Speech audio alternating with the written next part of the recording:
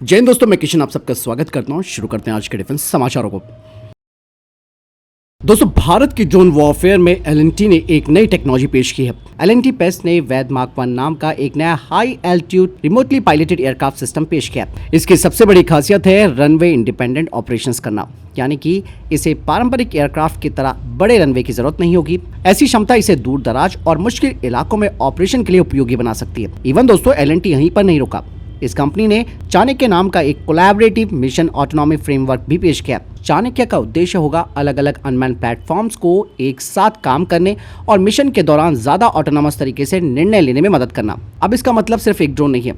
भविष्य में कई अनमैन्ड सिस्टम्स मिलकर एक ही मिशन में काम कर सकते हैं, जैसे कि सर्वेलेंस, रिकॉग्निशंस और दूसरे मिलिट्री ऑपरेशंस। फिलहाल कंपनी ने सिस्टम दिखाया है, जिससे ये तो नहीं हम कह सकते कि ये पूरी तरह ऑपरेशनल या कॉम्बैट प्रूवन है।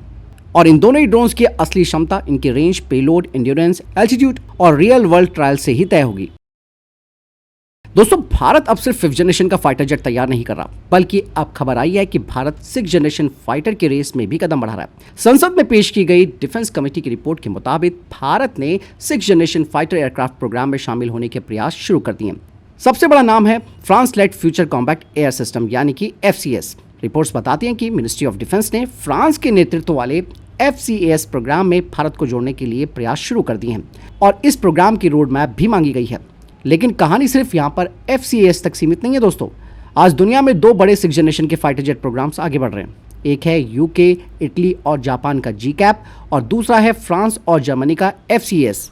भारत अब इनमें से किसी एक प्रोग्राम के साथ जुड़ने की संभावनाओं पर विचार कर रहा है, ताकि भारतीय वायुसेना फ्यूचर एयर कॉम्बैट टेक्नोलॉजी में पीछे न रह जाए। अब सबसे बड़ा सवाल यहाँ पर यह है कि क्या भारत FCAS में जर्मनी की जगह ले पाएगा। ये दावा अभी ऑफिशियली कंफर्म तो नहीं है दोस्तों, बट हाँ, फ्रांस के साथ भारत की डिफेंस पार्टनरशिप और रफाल प्रोग्राम को देखते हुए FCAS में कॉपरेशन की संभावनाएं काफी महत्वपूर्ण हो गई है। लेकिन भारत के लिए असली फायदा तभी होगा जब उसे सिर्फ एयरक्राफ्ट खरीदने का मौका नहीं, बल्कि design, technology, unmanned system, AI sensors और फ्यूचर कॉम्पैक्ट आर्किटेक्चर में मीनिंगफुल पार्टिसिपेशन मिले। एक बात यहाँ पर क्लियर है, AMCA भारत की अपनी 5th जनरेशन फाइटर कैपेबिलिटी का आधार है और FCAS में भारत की भागीदारी उसका रिप्लेसमेंट नहीं है, बल्कि long term 6th generation capability हासिल करने का रास्ता हो सकती है। अब देखने वाली बात यह है कि फ्रांस भारत को FCAS में कितनी टेक्नोलॉजी और इंडस्ट्रियल पार्टिसिपेशन देने के लिए तैयार होता है, क्योंकि 6th जनरेशन फाइटर जेट की असली ताकत सिर्फ एयरक्राफ्ट ही नहीं होगा, बल्कि man fighter jets plus drones plus AI plus sensor का पूरा कॉम्बैक्ट नेटवर्क होगा। फिलहाल आपको क्या लगता है इस बारे में कमेंट सेक्शन में लिखकर जरूर बताइएगा। दोस्तों, DRDO के डिफेंस प्रोजेक्ट्स को लेकर संसद की संसदीय समिति ने एक बड़ा सवाल उठाया। सवाल ये नहीं है कि DRDO कितने प्रोजेक्ट्स पर काम कर रहा है, सवाल ये है कि प्रोजेक्ट पूरा कब होगा, कितना खर्चा आएगा और आखिरी ऑपरेशनल रिजल्ट क्या मिलेगा। Parliamentary standing committee on defence ने DRDO से क्लियर और मेजरेबल की परफॉर्मेंस इंडिकेटर्स यानी कि KPIs तय करने की सिफारिश की है। इन KPIs में 5 बड़ी चीज़ें शामिल होनी चाहिए। पहला, कॉस्ट एफिशिएंसी, इसके बाद technology maturity, target dates, completion time और ऑपरेशनल इफेक्टिवनेस। आसान भाषा में, हर बड़े डिफेंस प्रोजेक्ट के लिए सिर्फ डेवलपमेंट शुरू करना काफ़ी नहीं होगा, उसका टारगेट, डेडलाइन, कॉस्ट और फाइनल परफॉर्मेंस भी मेजरेबल होनी चाहिए। कमेटी ने DRDO से एक ट्रांसपेरेंट और पीरियोडिक बेंचमार्किंग सिस्टम बनाने की सिफारिश की है। और यहाँ पर सबसे बड़ा मुद्दा यह है कि भारत डिफेंस R&D पर अगले 5 साल में करीबन 33,000 करोड़ रुपए के इन्वेस्टमेंट रोड मैप की बात कर रहा है। कमेटी चाहती है कि ये पैसा सिर्फ प्रोजेक्ट्स और लेबोरेटरीज में खर्च ना हो, बल्कि इससे वास्तविक इंडिजिनाइजेशन हो और फॉरेन इंपोर्ट्स पर डिपेंडेंसी कम हो। लेकिन दोस्तों, इसका मतलब तो ये नहीं है कि DRDO के सारे प्रोजेक्ट्स फेलियर्स हैं। Defence technology development naturally complex और टाइम कंज्यूमिंग होते हैं। रडार, मिसाइल, फाइटर इंजन्स या इलेक्ट्रॉनिक वॉरफेयर सिस्टम को डेवलप करने में टेस्टिंग और रीडिज़ाइन के कई स्टेजेस होते हैं। असली चैलेंज है देरी और जेन्युइन टेक्निकल डेवलपमेंट के बीच सही बैलेंस बनाना। और अगर हर प्रोजेक्ट के लिए रियलिस्टिक लेकिन मेजरेबल KPIs तय होती हैं, तो सरकार और टैक्स पेयर दोनों देख सकते हैं कि पैसा कितना लगा, टेक्नोलॉजी कितनी मैच्योर हुई और सेना को क्षमता कब मिली। संसद का मैसेज बिल्कुल साफ है, डिफेंस R&D में सिर्फ पैसा बढ़ाना काफ़ी नहीं है, अब मेजरेबल रिजल्ट्स भी चाहिए। दोस्तों, भारत की डिफेंस इंडस्ट्री में अब सिर्फ बड़ी कंपनियां ही नहीं, बल्कि MSMEs को भी बड़ा रोल मिलने वाला है। एक हालिया मीटिंग में ब्रह्मोस एरोस्पेस और DRDO लीडरशिप ने इंडियन MSMEs को डिफेंस मैन्युफैक्चरिंग में मौजूद बड़े अपॉर्चुनिटीज के बारे में बताया।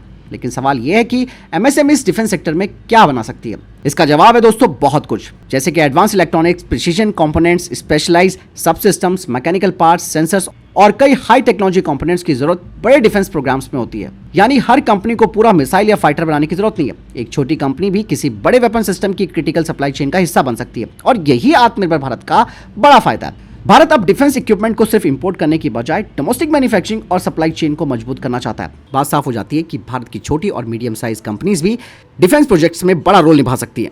यानी आत्मनिर्भर भारत का असली मतलब सिर्फ स्वदेशी हथियार नहीं है, बल्कि स्वदेशी कंपनियों की पूरी डिफेंस सप्लाई चेन बनाना है।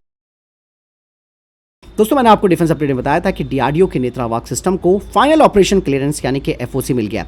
आसान भाषा में अगर मैं आपको बताऊं तो नेत्रा ने अब अपनी डेवलपमेंटल और ऑपरेशनल इवैल्यूएशन पूरा कर लिया है और अब इसे ऑपरेशनल डिप्लॉयमेंट के लिए पूरी तरह क्लियर किया जा रहा है।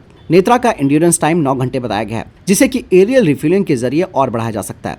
फिर भी यहाँ पे जो हमारा नेत्रा मार्क 1 है उसका एफओसी भारत के लिए एक बड़ा माइलस्टोन है, क्योंकि मॉडर्न एयर वॉर में सिर्फ फाइटर जेट्स काफ़ी नहीं होते। जो पहले देखता है, पहले समझता है और पहले टारगेट इन्फॉर्मेशन देता है, उसे बैटलफील्ड में बड़ा एडवांटेज मिलता है और इसी वजह से नेत्रा को भारत की आसमान में उड़ने वाली तीसरी आंख भी कहा जा सकता है।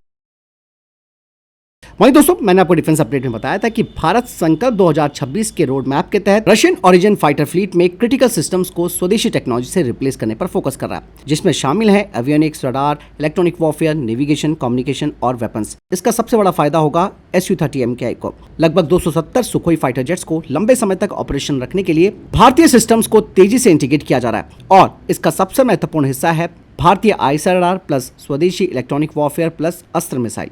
मतलब भविष्य में Su-30 MKI सिर्फ रशियन ओरिजिन वेपन्स पर निर्भर नहीं रहेगा और सुपर सुखोई अपग्रेड के तहत 84 एयरक्राफ्ट को नए रडार, इलेक्ट्रॉनिक वॉरफेयर और नेविगेशन सिस्टम के साथ अपग्रेड करने की योजना भी सामने आई है। इससे Su-30 MKI की सर्विस लाइफ को करीबन 2050 तक बढ़ाने में मदद मिल सकती है। लेकिन यहाँ पर सबसे इंपॉर्टेंट पॉइंट पता क्या है? वो ये है कि पूरी तरह रशियन फ्री Su-30 MKI कहना अभी जल्दबाजी होगी, क्योंकि एयरक्राफ्ट का इंजन और कई दूसरे जो ओरिजिनल सिस्टम्स हैं वो अभी भी रशियन ओरिजिन टेक्नोलॉजी पर आधारित है। इसीलिए असली बदलाव फिलहाल एवियोनिक्स, सेंसर्स, इलेक्ट्रॉनिक वॉरफेयर और वेपन्स में ज़्यादा दिखाई दे रहा है। और इवन दोस्तों, भारतीय वायुसेना का एक और इंटरेस्टिंग कदम है प्लांट इन प्लांट कॉन्सेप्ट, जिसमें प्राइवेट कंपनीज को बेस रिपेयर डिपो के अंदर काम करने का मौका मिल सकता है। इससे क्रिटिकल स्पेयर्स और कंपोनेंट्स की डोमेस्टिक प्रोडक्शन और रिपेयर तेजी से हो सकती है। संकल्प 2026 का स्ट्रैटेजिक मैसेज बिल्कुल साफ है। भारत सिर्फ विदेशी फाइटर जेट खरीदना नहीं चाहता, बल्कि पुराने विदेशी प्लेटफॉर्म्स को भी अपनी टेक्नोलॉजी से ज़्यादा इंडिपेंडेंट बनाना चाहता है। वहीं दोस्तों, भारतीय नौसेना का project 18 next generation destroyer programme काफी समय से चर्चा में, लेकिन अब जीआरसी ने एक महत्वपूर्ण अपडेट दिया। जीआरसी के मुताबिक प्रोजेक्ट 18 अभी भी प्रोस्पेक्टिव प्लानिंग स्टेज में है और इसे अभी तक एक्सेप्टेंस ऑफ नेसेसिटी नहीं मिला है। मतलब इस प्रोजेक्ट को डिफेंस एक्विजिशन काउंसिल से फॉर्मल ग्रीन सिग्नल नहीं मिला है, जिसका मतलब अभी आरएफपी, कॉन्ट्रैक्ट साइनिंग या कंस्ट्रक्शन शुरू होने की फाइनल स्टेज नहीं आई है। प्रोजेक्ट 18 दोस्तों भारतीय नौसेना के लिए काफी इंपॉर्टेंट है। ये 13,000 टन से ज्यादा का डिस्प्लेसमेंट वाला बेहद बड़ा डिस्ट्रॉयर प्रोग्राम हो सकता है। इस वॉरशिप में advance automation, integrated electric propulsion और बड़े वर्टिकल लॉन्च सिस्टम यानी कि वीएलएस क्षमता होगी। इन वीएलएस सेल से फ्यूचर शिप्स को long range air defence missiles और स्ट्राइक वेपन जैसे अलग अलग हथियार कैरी करने की क्षमता मिल सकती है और इस प्रोग्राम का स्केल भी काफी बड़ा बताया जा रहा है। भविष्य में 10 से 12 डिस्ट्रॉयर्स तक बनाने की प्लानिंग सामने आई है। हालांकि फाइनल नंबर्स और कॉन्फ़िगरेशन अभी अप्रूवल और डिजाइन प्रोसेस पर डिपेंड करेंगे। इवन बताया जा रहा है कि प्रोजेक्ट आगे बढ़ने पर जीआरएससी और मझगांव डॉक शिप बिल्डर यानी कि एमडीएल जैसी भारतीय शिपयार्ड्स प्रमुख कंटेंडर्स हो सकते हैं। फिलहाल जब तक एओन नहीं मिलता, प्रोजेक्ट 18 की कंस्ट्रक्शन टाइमलाइन को फाइनल नहीं माना जा सकता। इसीलिए अभी हेडलाइन ये नहीं है कि भारत ने नया 13,000 टन डिस्ट्रॉयर बनाना शुरू कर दिया, बल्कि सही बात यह है कि भारत का अगली पीढ़ी का सबसे एम्बिशियस डिस्ट्रॉयर प्रोग्राम अभी डिजाइन और प्लानिंग स्टेज में है और जैसे ही एओन मिलेगा, प्रोजेक्ट 18 की असली रेस शुरू होगी।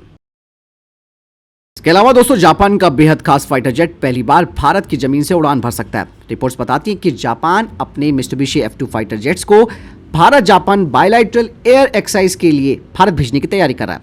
अगर ये डिप्लॉयमेंट होती है तो जापानीज F2 फाइटर्स का भारतीय टेरिटरी से बायलैटरल फाइटर एक्सरसाइज में ऑपरेशन पहली बार होगा। यहाँ पर एक बात और मैं आपको बताना चाहूंगा कि F2 और भारतीय फाइटर जेट्स की पहली जॉइंट एक्सरसाइज नहीं होगी। ये 2023 में वीर गार्डियन एक्सरसाइज में जापानी F2 और F-15 फाइटर जेट्स ने जापान में भारतीय एयरफोर्स के Su-30 MKI के साथ ट्रेनिंग की थी।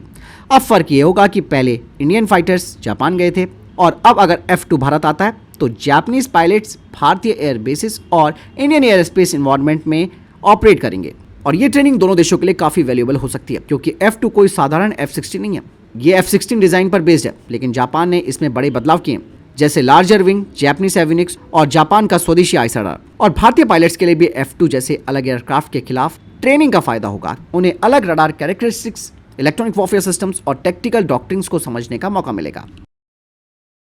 वहीं दोस्तों, भारत ने अरुणाचल प्रदेश के 27 जगहों और जियोग्राफिकल फीचर्स को सर्वे ऑफ इंडिया के ऑफिशियल मैप में उनके स्टैंडर्ड इंडियन नेम के साथ फॉर्मली आइडेंटिफाई किया है। भारत ने इन जगहों की ऑफिशियली मैपिंग करके उनकी पहचान को और स्पष्ट किया। इन 27 लोकेशन में कई स्ट्रेटेजिकली इंपॉर्टेंट एरियाज भी शामिल है, जैसे कि लॉन्गजू, जो कि 1959 में इंडिया चाइना टेंशन का एक शुरुआती फ्लैश पॉइंट रहा था। इसके अलावा थागला भी लिस्ट में शामिल है, जहां 1962 में इंडिया चाइना वॉर के दौरान महत्वपूर्ण लड़ाई लड़ी गई थी। इसके अलावा इसमें जयरामपुर भी शामिल है, जो कि ईस्टर्न अरुणाचल में सिक्योरिटी फोर्सेस की मूवमेंट के लिए महत्वपूर्ण लॉजिस्टिक हब है। वहीं जसवंतगढ़ भी ऑफिशियली आइडेंटिफाइड लोकेशंस में से एक है, जो कि 1962 के war hero rifleman Jaswant Singh Rawat की मेमोरी से जुड़ा है। भारत ने दोस्तों ऐसा इसलिए किया क्योंकि चाइना पिछले कुछ वर्षों में अरुणाचल प्रदेश के कई लोकेशंस के लिए चाइनीज नेम्स जारी करता रहा है। चाइना ने 2017, 2021 और 2023 में भी ऐसी नेमिंग लिस्ट जारी की थी और भारत ने इसका लगातार विरोध किया।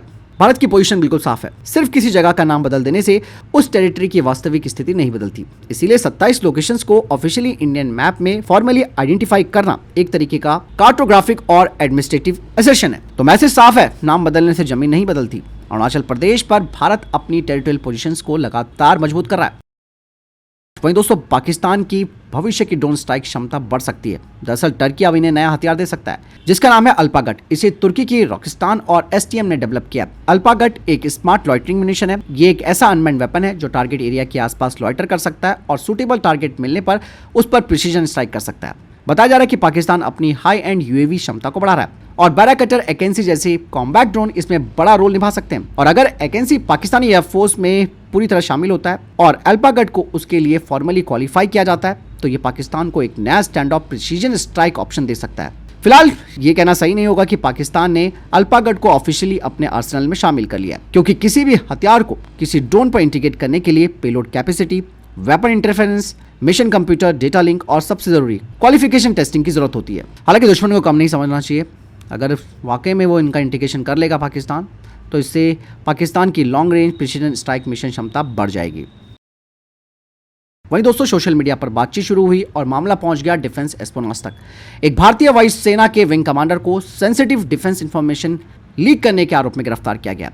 अधिकारी को ऑफिशियल सीक्रेट एक्ट के तहत केस में आरोपी बनाया गया और फिलहाल वो न्यायिक हिरासत में है। अब इस पूरे मामले में सबसे बड़ा सवाल यह है कि ऑफिसर को टारगेट कैसे किया गया। सूत्रों के मुताबिक ऑफिसर अपनी पर्सनल लाइफ के एक मुश्किल दौर से गुजर रहा था। इसी दौरान उसकी सोशल मीडिया पर एक महिला से बातचीत शुरू हुई। पहले चैट्स हुई, फिर रेगुलर वीडियो कॉल्स होने लगी। जांच के मुताबिक महिला ने धीरे धीरे ऑफिसर का ट्रस्ट हासिल किया और बाद में मिलिट्री एक्टिविटीज से जुड़ी जानकारी मांगना शुरू किया। आरोप है कि ऑफिसर ने मिलिट्री यूनिट्स की मूवमेंट्स और डिप्लॉयमेंट से जुड़ी जानकारी, फोटोग्राफी, वीडियोस और कुछ सेंसिटिव डॉक्यूमेंट्स डिजिटल माध्यम से शेयर कर दिए। यही नहीं, जांच में सस्पिशियस कम्युनिकेशन ऐप का भी एंगल सामने आया।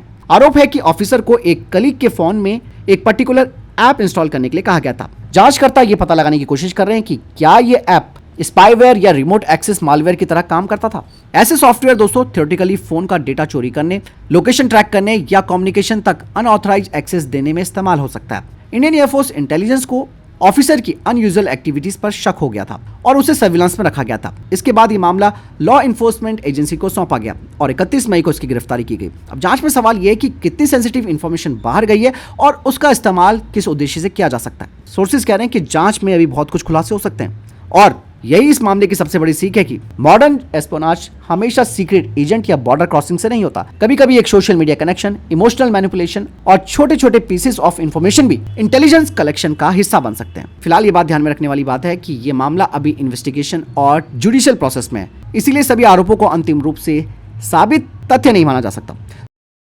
तो फिलहाल ये थे अब तक के टॉप डिफेंस अपडेट्स। वीडियो के सामने कोई प्रश्न जवाब है आपको किस वाले कमेंट सेक्शन में लिखकर जरूर पूछिएगा। वीडियो को लाइक और शेयर कीजिएगा। ख्याल रखिएगा अपना। जय हिंद, वंदे मातरम।